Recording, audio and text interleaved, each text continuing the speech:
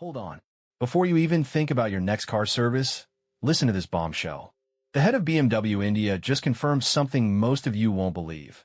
Your existing petrol car, the one sitting in your driveway right now, cannot be simply upgraded to run on E30 fuel. This isn't just about a service update. We're talking about a fundamental incompatibility that could lead to engine damage, massive repair bills, and a crippling drop in your car's resale value. Millions of Indian car owners are heading for a future shock, and nobody else is explaining why this isn't a simple fix. So what exactly is E30 fuel? You've already seen E20 petrol arriving at pumps across India, meaning 20% ethanol blended with petrol. The government's target is E30 by 2025 and eventually E85. Ethanol is cleaner, reduces import bills, and it's happening. But here's the kicker. While new cars launching today are increasingly E20 compliant, and future ones will be E30 ready, your current vehicle, especially if it's more than 3 to 4 years old, simply wasn't designed for it. And this isn't some marketing gimmick. The problem isn't just a software tweak. It's deep in the hardware. Most older petrol cars use fuel lines, gaskets, O-rings, and fuel pump seals made from materials like nitro rubber. Ethanol, being a powerful solvent, is corrosive to these materials. Over time, it will degrade them, causing leaks, blockages, and eventually total fuel system failure. You'll be looking at replacing your fuel pump, injectors, fuel lines, and seals, a repair bill that could easily run in 60,000 Indian rupees to 1.5 Indian rupees lakh, depending on your car's make and model. This isn't just about performance. It's about structural integrity. Global markets have faced similar challenges when transitioning to higher ethanol blends, and the learning curve has been expensive for owners of non-compliant vehicles. What does this mean for your daily drive?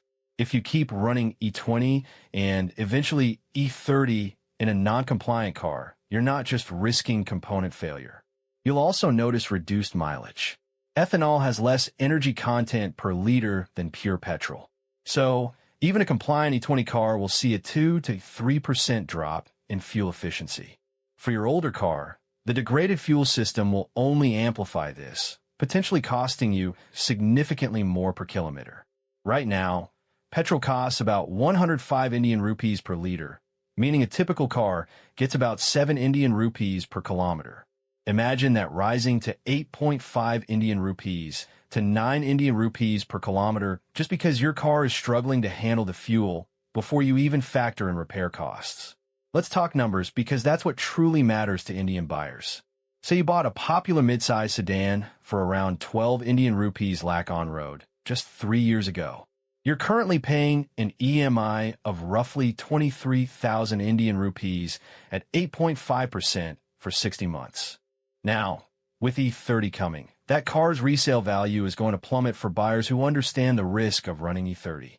Dealers will be hesitant, and individual buyers will demand deep discounts. That 1.5 Indian rupees lakh repair bill for your fuel system, when spread over 5 years, is an extra 2,500 Indian rupees per month. That's money you could be putting toward the new E20 ready petrol car or even an EV. A small hatchback with E20 compliance might start at 7 Indian rupees lakh ex-showroom, translating to an on-road price of roughly 8.2 Indian rupees lakh and an EMI of around 16,500 Indian rupees. Are you ready to pay more to keep an increasingly unreliable asset? So what are your options?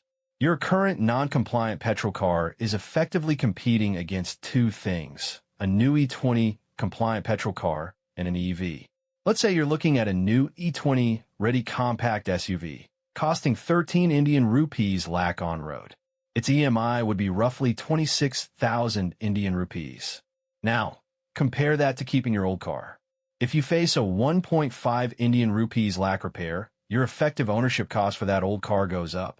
Plus, the resale value hit, potentially another 1 Indian rupee to 2 Indian rupees lakh in lost value.